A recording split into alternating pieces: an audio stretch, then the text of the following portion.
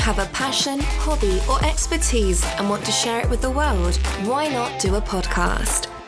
The Pod Station offers a wide range of packages to make this a reality, ranging from training and support for those who have no idea where to begin, to podcasters who just need somewhere to host their show. With prices starting at a mere £15 per month, you can now get involved in one of the fastest growing entertainment forms in the world without all the headaches. To find out more, visit thepodstation.co.uk/station-packages. And remember, those with passion, podcast.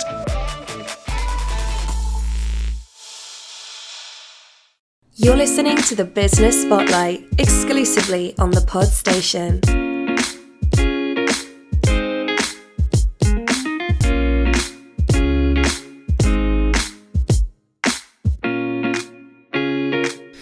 Welcome everyone to another episode of the Business Spotlight. My name's Mark. I am one of the co-owners of the Pod Station.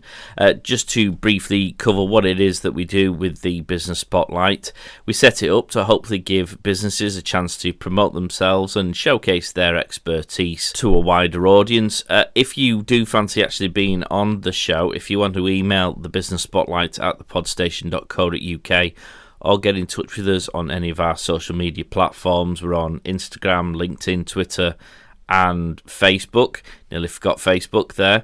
Perhaps they should be a sponsor of the show, and then I won't in the future. If you just drop us a direct message there or send us an email, we'll get in touch. We'll send you off an application form, and hopefully you can get yourself on too. This week, we're going for I'm quite excited by this week, actually, because it's something I know very little about, but I always like watching TV programmes on this particular topic. So, without further ado, I would like to introduce our guest for this week, which is Ishtar Ali from Ancora Interiors. How are we doing, Ishtar? I'm doing very well, thanks, Mark. How are you? I'm splendid.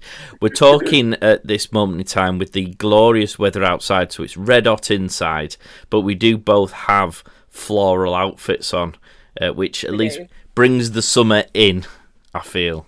It does indeed, yeah. We're coordinated in a beautiful way. And when we've finished this, we're both legging it outside. Exactly. To work, and I'm doing air quotes there with the working, because how much work we all do when we're sitting in the garden in the sunshine is another matter entirely. True. So, Ishtar, do you want to tell us what Ancora does, and perhaps give us a bit of background as to how you actually got yourself there in the first place, and then we'll probably see how we flow from there. Yeah, sure. So Ancora Interiors is an e-interior design business, and I launched it in April of this year. And why it came about was I left my corporate job in 2019 to come back home and take on some family responsibilities, set up my building contracting business in January 2020, and then obviously the pandemic hit in March 2020 and everything went to pot based on like what I had planned versus reality. And you know, the biggest thing that I learned over that period was the fact that I needed to be able to pivot my business to enable me to continue to work should another pandemic or should another issue occur that limited my ability to actually work and generate income for myself. So what I thought was, instead of, you know, just focusing on things that I needed to be physically on site for, why don't I look at doing the interior design business, but doing it all virtually, so that, again, if another pandemic does hit, I'm not, you know, limited to the projects that I can do because I'm required to be on site. Actually, I can continue to work because everything's done virtually. And the beauty of that is, one, it's less expensive than a fully fledged interior designer because you're doing the project management of the project, but I'm giving you all of the visuals and the tools to be able to get to where you want to be. So my kind of tagline for Ancora interiors is visualize your space before you lift a paintbrush. And like how cool is that like you can have a 3D model of your space and know exactly what it's going to look like before you actually pay a contractor to come in and actually do it. I think there's so much value in that. And I want to genuinely help people to get the most out of their space and enjoy it to the max, with it being then a little bit more affordable than people would think a normal interior design service would be. So so far it's going really well. The concept is fairly new. I feel like it was born out of the pandemic last year, the whole e-design concept, but that everybody that I've spoken to and the people that like come across it are like, wow, this is something that's like really cool, and it would be super helpful, and I'm definitely going to be considering it when it's time for me to do a renovation. So yeah, no brainer. I love the fact that I get to do it every day, and I get to be able to help more people than I might normally do if it had been a fully fledged service. Now, you say you proved it against pandemics. Obviously, if the whole world's internet all dies, you haven't thought of that yet, so you'll have to come up with a plan B if we all end up in the dark ages. Well, if we all end up in the dark ages, then we're all screwed, because then nothing will happen with it. So that's the worst possible situation. And I mean, you can business plan for most things in terms of risk analysis, yeah, but I think that's something that we will never need to worry about, hopefully, other than a small outage here and there. But I'm guessing that for the most part, we'll all have internet for the rest of our lives, I guess. For the purposes of Armageddon, nothing need match. Exactly. So, how does the process work then? Because you've sort of described it being online and there being a model. Do you have to physically go out to see the space, or do they send images? How does that process work in order for you to build the model? Yeah, so what basically happens is a customer will pick a package which includes a range of visuals, and they are then required to give me a basic floor plan with some measures on it, a video of their space, and some photographs of their space. And that is enough for me to then start to build their room, basically. And we have it's a super collaborative process. We have a WhatsApp group, we have regular calls where we share like inspiration pictures or furniture that they like or suggestions that we've got, and I build these visuals based on what they like. And there's a couple of revisions that we then do before we get to a final version. And once we've got to that final version, the customer then can take away a shopping list and basically purchase all of the items, including paints and light fixtures and furniture, just by clicking a link. And also there's an add-on service where I can provide detailed specs for your contractor as well. So if you are having bespoke joinery done as part of your work, or the specific building works that need to be done, that I can add that as part of my, added support to you for your project.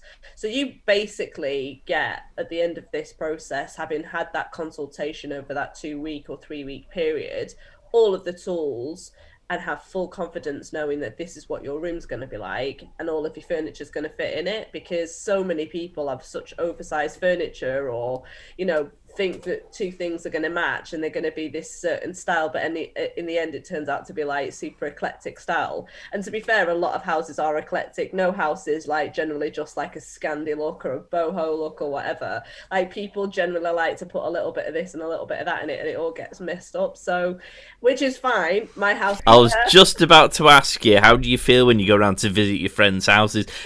Is it a bit like when you're a chef and you go around for tea at someone's house and they're sitting there panicking because they're wondering what you think? Yeah, no, to be fair, not so much. And like, it is interesting to go and see people's houses though. Now I'm focusing so much on interiors, because you pick up things that like normal people wouldn't pick up on. So you're like, oh, the colour of that light shade's really nice. And I go into houses now thinking, I wonder where they've got that sofa from, or I wonder where that rug's come from, because that would be like a great addition to like the resources that I have. But it's just really like I want to work with people who have lots of energy. Do you know what I mean, Mark? Because when you're working in someone's house and you're working on such a personal project, like, you want somebody who's excited about that new change, and you want somebody who wants to give you ideas and wants to receive ideas as well. So that's why whole process is about lots of visuals, lots of energy, lots of collaboration, so we get to that point where you are like buzzing to start your project and get that dream room that you want, basically. And how easy is that to find? You mentioned about how personal people's houses are. People are probably quite precious. They might even be somewhat defensive when you walk and you go, oh no,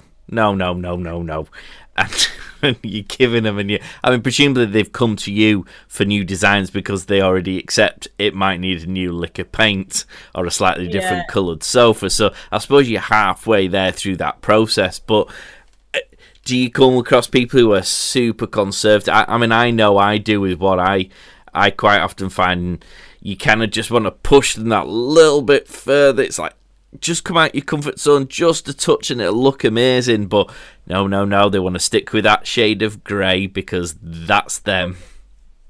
I mean, that's inevitable, isn't it? But I think the beauty of showing visuals to people is that you can push that boundary in a safe environment, because you're not forcing them to make a change without them seeing what that end result will look like. So it does make it a little bit of an easier process when you are suggesting things that they might not have thought about, to be able to say, well, we can have version 25 if you want, because, you know, we can put anything on the wall and we can change it, and you can just see that, like, this is what you want, but then these are like the 5 other possibilities that you could possibly have if you just think about it in a different way, or we choose a different shade of grey or whatever.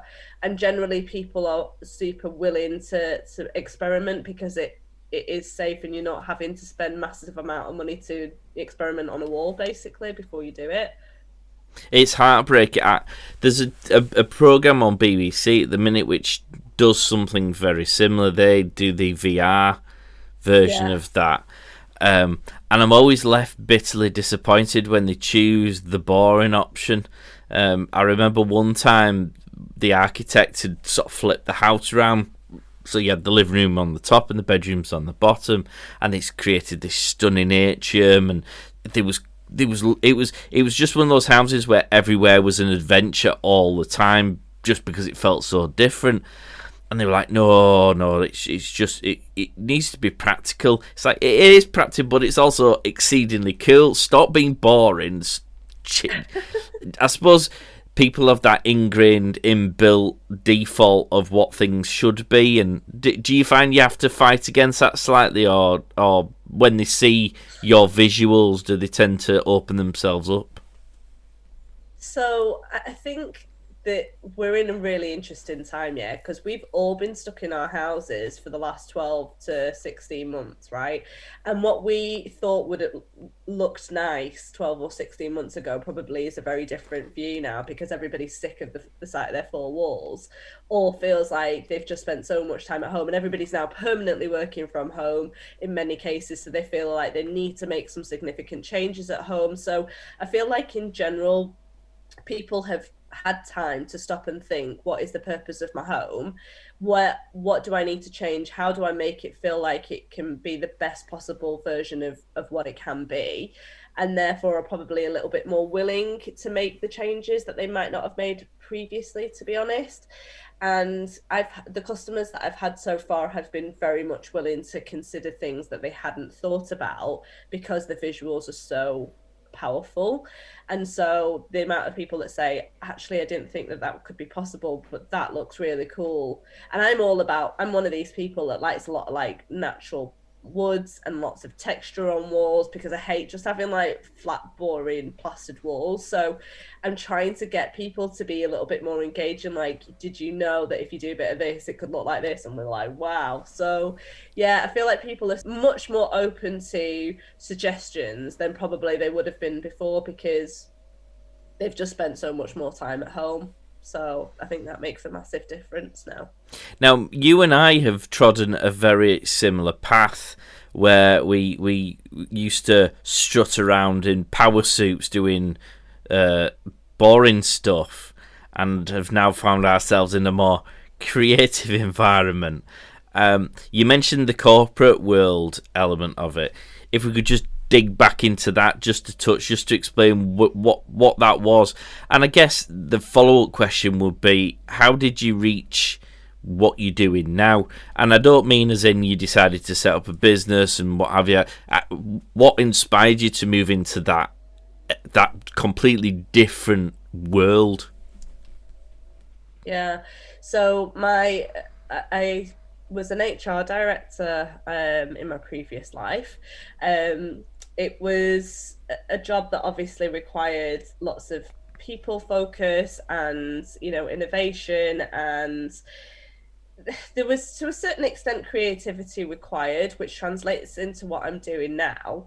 And it was a job that I thoroughly enjoyed, and the skills that you learn in a corporate job like that have massively helped me as a result of me opening my own business, because there are things that you learn in the corporate world that stand you in good stead, but to the flip side of that, like, I thought I was really good at, because I was working in a corporate function that then crossed across multi functions of work, so finance, legal, all of those kind of things. And then I set up my own business. I was like, holy shit, I actually don't know like how many, like what does an accountant actually do, or I've written a job description for so many lawyers, but how does this translate to my own business? So there was that element of I know everything, but then I started my own business. I was like, I have no clue whatsoever,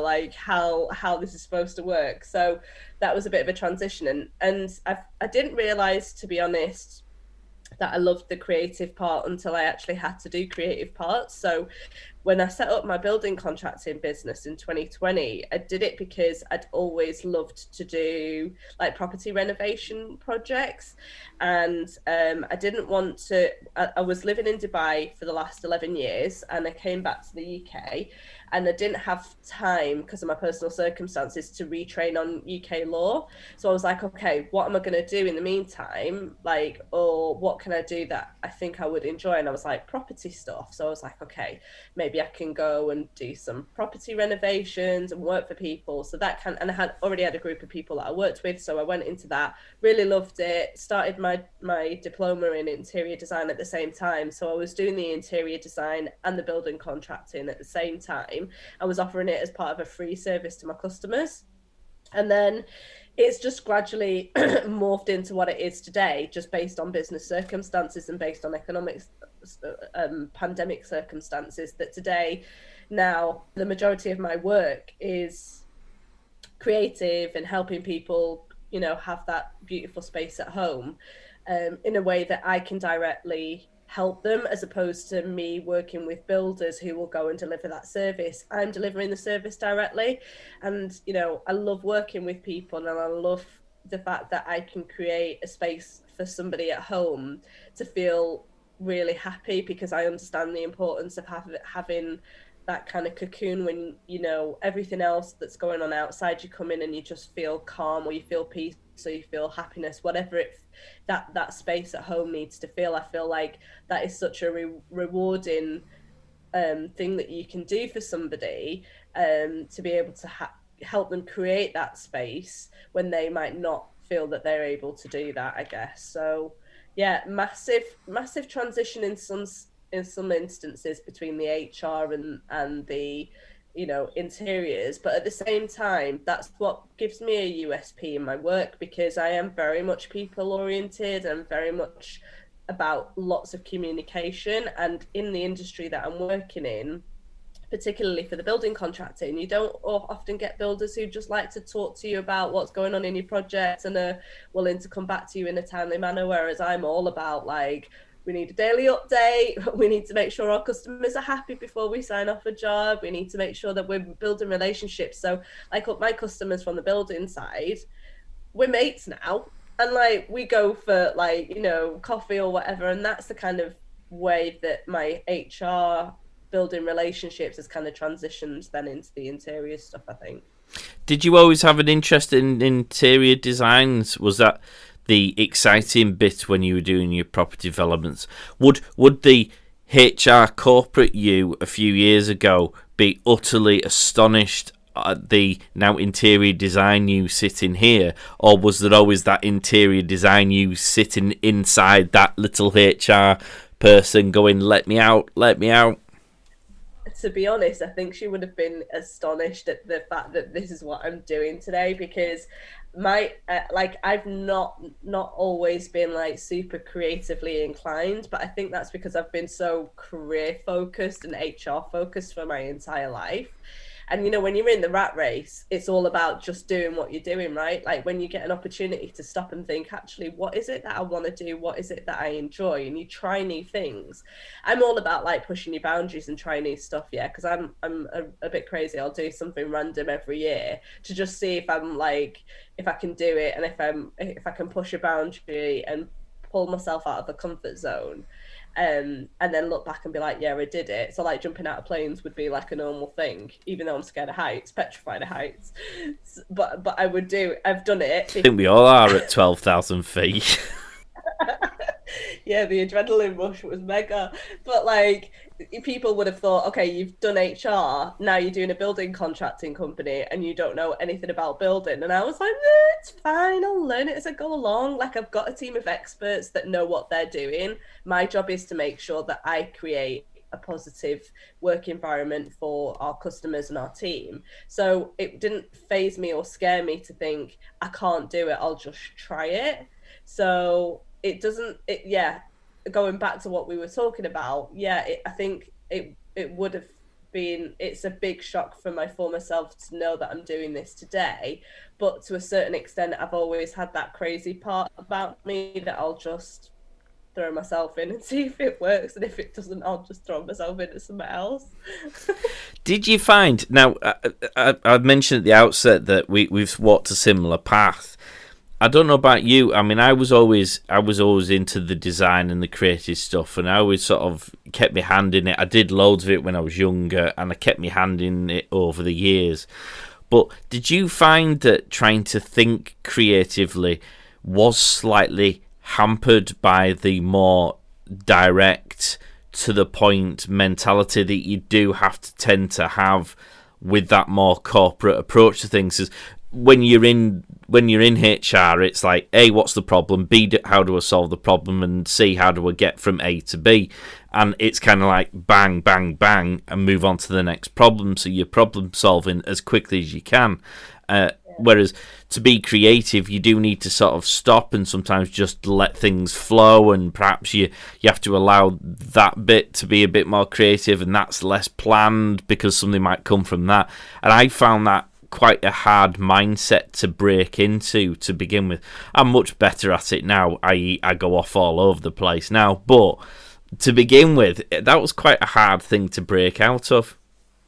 Yeah, no, actually, that's such a good point, because I absolutely struggle with that even today, because I was I think I'm that way inclined. Like, if there is a problem, I want to resolve it as quickly as possible and then move on to the next thing, because otherwise it's one of those little voices in your head that's saying, it's still pending, and like, you know, you go a bit crazy. So, and I felt like it is quite draining at the start. It still is a little bit when you're doing the creative, because I feel like I can sit and be creative for like a good 4 or 5 hours, and then my brain gets really tired because I'm a bit like, whoa, that's a lot of creativity in one go. Like, go away and have a bit of a break and then come back to it. And yeah, you can't, it's not the same kind of problem solving when you're being creative as it is in the corporate world. You have to be a little bit more, let's step back a little bit, let's give it a little bit more time, and things are a little bit more slower paced than the corporate world, which I do struggle with, because, you know, it's having to have the patience to accept that you can't get the creative spark instantly. Sometimes you do, but more often than not, you've got to sort of rummage around and play with things and look at things, and it's that frustration. Whereas someone came to me with a legal problem, you could almost instantly come up with a plan of attack to start addressing it. Whereas creatively, you kind of got to sit there and go, well, this might not come to me immediately. I might even have to put it down and come back to it. And just that whole mindset was like, no, that's not going to sit comfortably at all. It's so true, Mark. Seriously, actually, I've not really sat down and thought about it like that, but you're absolutely right.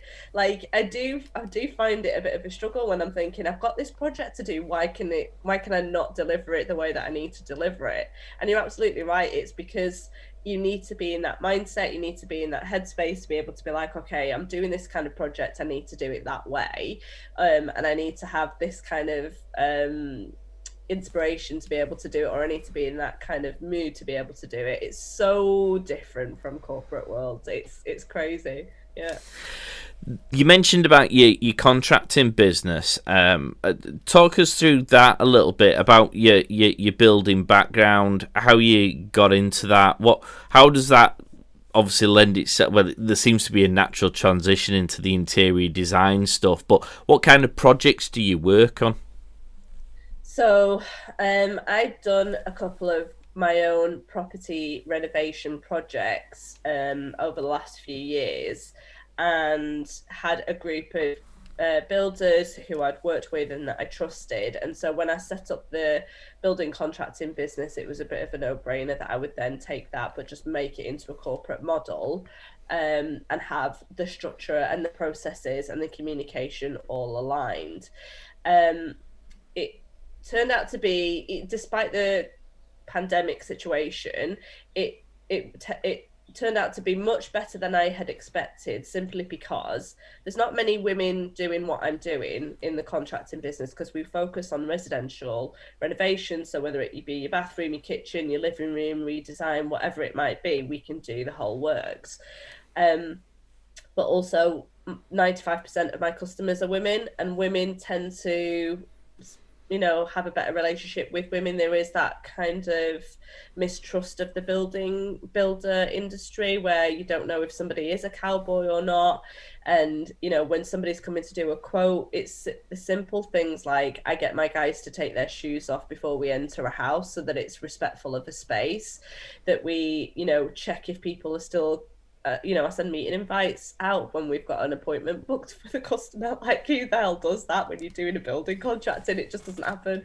Like, we have a proper scope of work and everything. So it's taken that I took that corporate mindset and put it into my business, which then was like amazing. And I hate sales. I hate asking people for work. So my whole view was like, I want to build a business where it's not lead generating at all. People are just recommending us, and we're just getting business because people are contacting us because they've seen our work, or people have said, yeah, they do a good job. And I got to that point, even despite the pandemic, within 12 months, and I was like 50% referral and return rate was like amazing for me. So the transition of like the interior design stuff was just a no-brainer, because I was already doing it. I'd found a passion for it. One of my superpowers that I'd identified during the last 12 months with a coach was that I could help visualize, have a vision for the future. So that was like really interesting to find out that then I was helping people to visualize what their space would look like in the future. And that ended up being my superpower. So I was like, oh shit, like, who knew? So it's been a good transition, and I'm enjoying the fact that like I can bring ideas to life, and we can still offer the building contracting support if it's a Manchester-based project. But even if it's not, I now have that 16 months of building experience that maybe other interior designers might not have, because I've been on the ground and I ask loads and loads of questions of my builders every day and challenge what's being done so that I can understand the process better. And that's just stood me in really good stead to be able to then offer a service that is super value added, because I've been a builder and I understand building more than most people might think. So yeah, it's been brilliant. I'd love to know what my superpower is. I'd like to think I'd know what it is. I'm sure everyone would probably disagree with whatever it was I came up with. But there we go. I'm quite intrigued about the WhatsApp, sort of your approach to your projects. Does having the group discussion on WhatsApp, does that reduce the number of telephone calls and emails that you perhaps get from the client, or do they still communicate with you? Because I'd be quite happy to do that. I mean, one of the things I find so exasperating about running a business these days is the copious ways in which people can get in touch with you, and it's quite tiresome social media, and if you've got multiple platforms, all of those platforms, and you've got WhatsApp, then you've got Facebook Messenger, then you've got text message, then you've got email. I mean, the list goes on, and actually the idea of sort of centralising it in one place it sounds quite amazing, to be perfectly frank. Yeah, I mean, look, WhatsApp is like instant. Absolutely everybody's using it, aren't they? So it's just been such a valuable tool for people to be able to have constant contact with you without having to do phone calls, because sometimes people don't like to speak on the phone.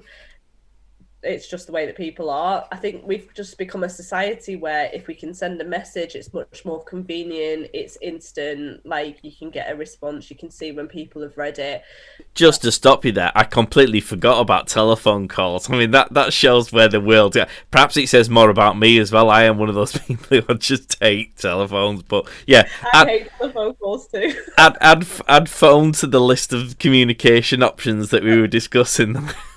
Exactly. But you know what, it so works because you can share images, you can obviously keep a track of what's being said.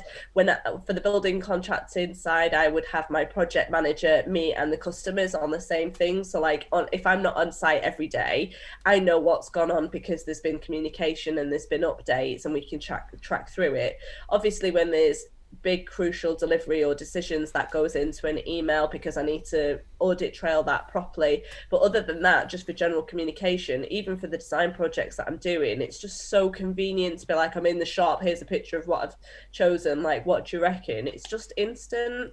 And I feel like it's a great way to have that constant communication without having to go through the emails, because I mean, like, that is cumbersome, to be fair, when you're working through WhatsApp, because it's just so much easier to do a chat search. And you know, I've got like WhatsApp groups with each of the projects that I'm working on, so it's super easy to be like, okay, so for this project, this is the update, this is an inspo board that I've done, send it, all good. So yeah, definitely would recommend WhatsApp groups for customers. It's so easy and like the best form of communication for me, I think. At the time of recording this, most people have had the jab. You had your jab in your arm, Ishtar? I have. I've had one. Yeah, so we've both had our first jab during this ridiculously horrible COVID pandemic thing. With that in mind, what's the future hold for Ancora? How do you think things might change for you over the coming months? And I use this with a little bit of hesitancy because I'm touching every form of wood I can find, in the hope that normality starts to resume very, very shortly. Well, look, I mean, my plan for Ancora Interiors is that I can start to service customers outside of the UK. That would be my ideal. So, like, if I'm on a beach in Dubai and I can help customers make their houses look beautiful, then good. That I know that I will have made it at that point. And, you know, the beauty is that although it is a predominantly web-based virtual service at the moment, there is the ability for me to be a hands-on interior designer and offer a fully fledged service as well, which some customers have actually asked for. So there is the ability for me to go out and travel, and I can then, you know, flex and mold my service based on the customer's requirements. So yeah, world domination is absolutely on the plan. My pinky in the brain kind of look right now, and just being able to like travel the world, work on cool projects, sit on a beach when I want to sit on a beach, trek through a jungle when I want to trek through a jungle, but doing something I love and living life like to the fullest. I mean, isn't that why we're all business owners? Because we don't want to be in the rat race. We actually want to enjoy what life has to offer. Totally. Amen to that. Right. We normally ask for our experts to give some tips. I'm gonna go double hard on you. Because you've given me a great list of tips that we can go through, but I want some interior ones as well. So we'll start with the more generic tips, as in for those business owners out there, or indeed people who might be thinking about setting up a business. What top 5 tips do you think that you've perhaps come to realise during your time as a business owner? Network. you will need a network of people around you more than you will ever imagine. And I, despite the fact being from an HR background, hated networking massively. And I never used to want to be in a networking event or talk to other people. And I was always that shy person in the corner with my business card.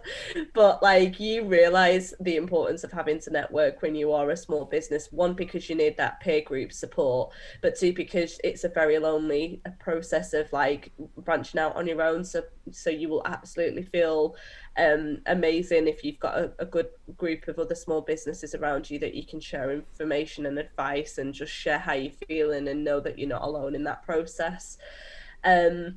Second thing would be the importance of pivoting. I've pivoted like 5 times in my business in the last 18 months, and I've gone through so many ideas and just tried to figure out, how do I survive and keep my business running? And it's okay that your business might transform into something that you didn't imagine it to be. Just be really open-minded and be flexible about, you know, looking at your options for business continuity and moving your business forward. Find a need and focus on it. So we're living in an ever-changing world, and the need of people is obviously changing, and we've seen that massively, Mark, in the last 12 months. So, you know, just keep seeing what's going on, keep an eye on what's going on, and then, you know, change what you're doing or address those things as it comes. And then like belief and courage in what you're doing. It is a scary process to start a business. Like, I still think, why the hell am I doing this, or how am I doing this? But you have to have like such courage to know that you're doing it because you have a belief in something. And, you know, your first year is going to be tough, your second year is probably going to be as tough, but then things will get better. It's like planting a tree, you know, starts off a bit weak and it's small, but over time it grows to this massive, you know, impenetrable form. And that's pretty much like your business. You have to just believe that over time it will get better, and you will find a groove and you'll find your niche and you'll be able to work within that. You've definitely learnt the hard way. I set up my law firm, my first business, in 2010, which is in the midst of the financial crisis / the biggest overhaul of the legal sector in 100 years. And I think my dad at the time said, well, you picked a grand time. And to a point, he was right.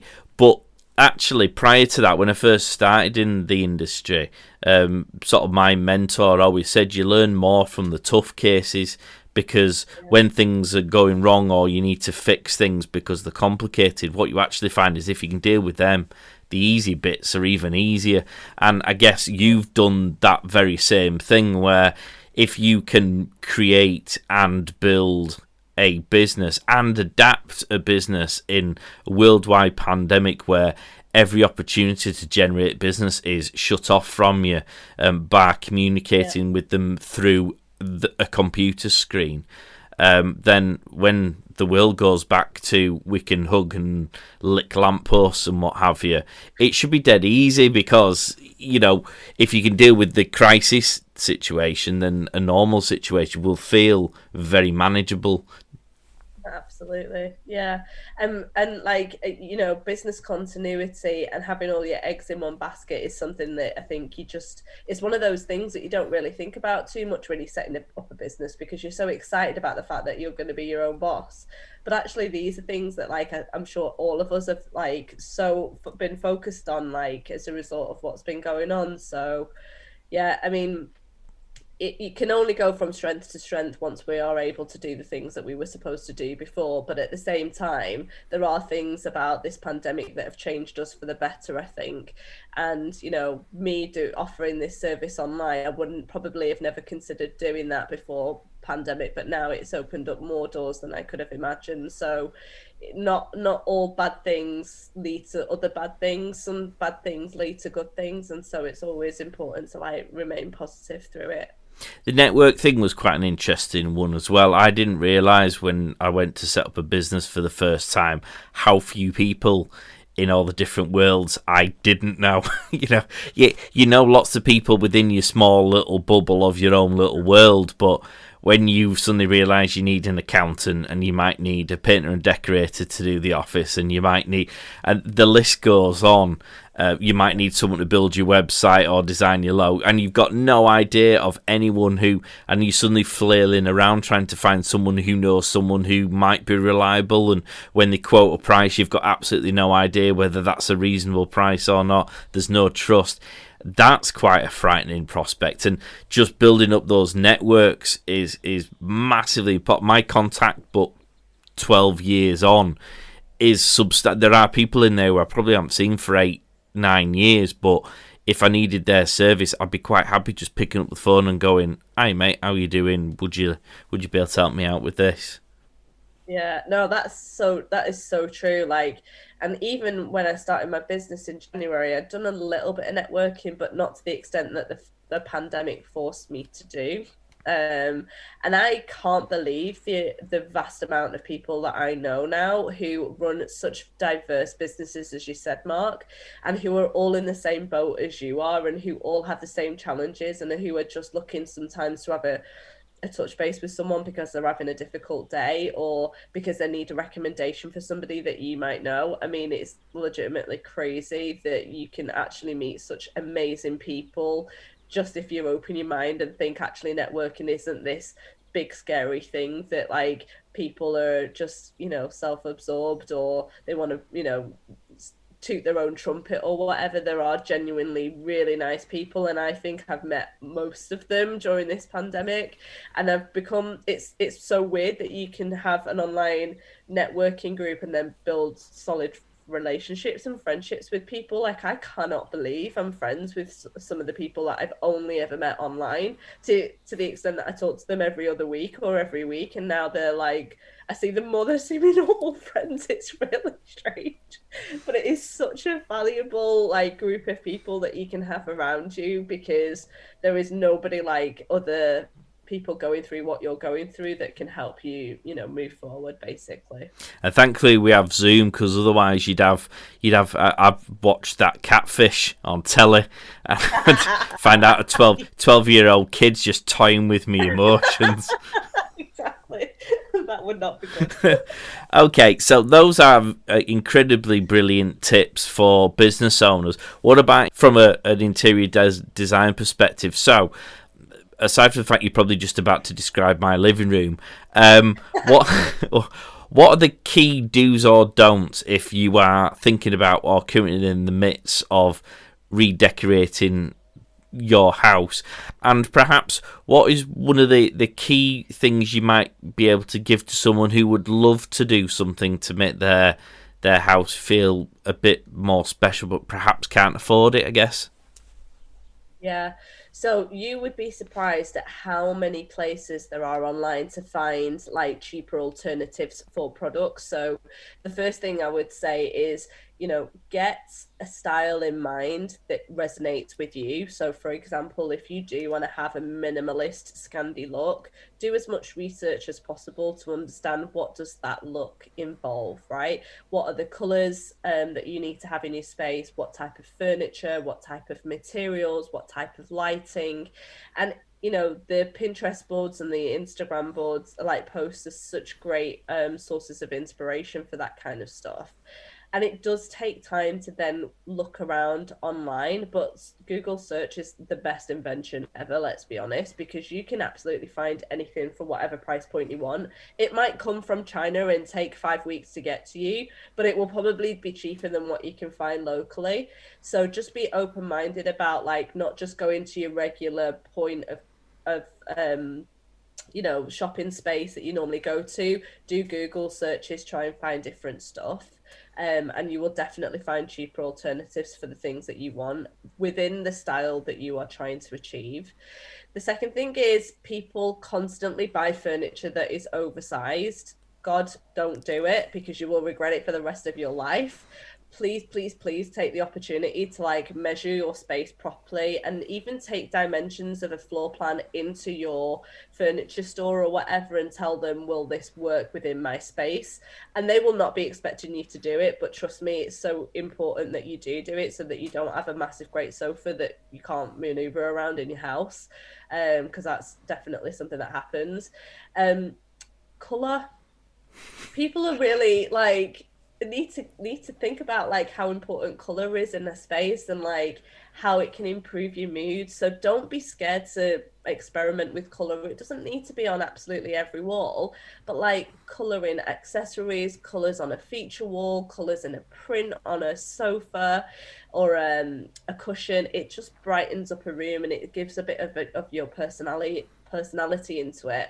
And then I guess the final thing I would say is the importance of lighting.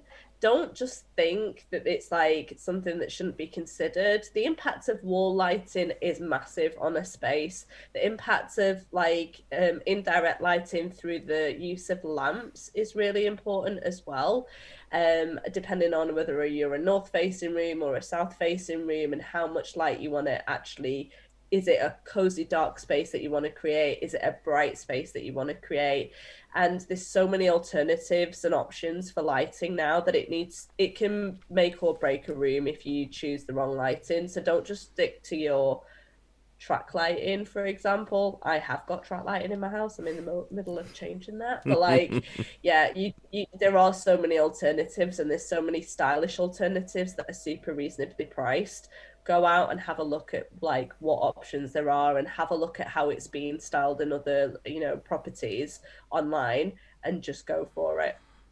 Yeah, I suppose lighting's a bit like getting your car washed and then just putting a sticky handprint on the middle of your windscreen if you get it wrong. It's like you've just spent all that time and all that effort making your car look all clean and sexy, and then you just spoilt it with a big bright bulb hanging down from the middle of the ceiling. Can I just also mention one thing as well, because that absolutely makes me think about clutter.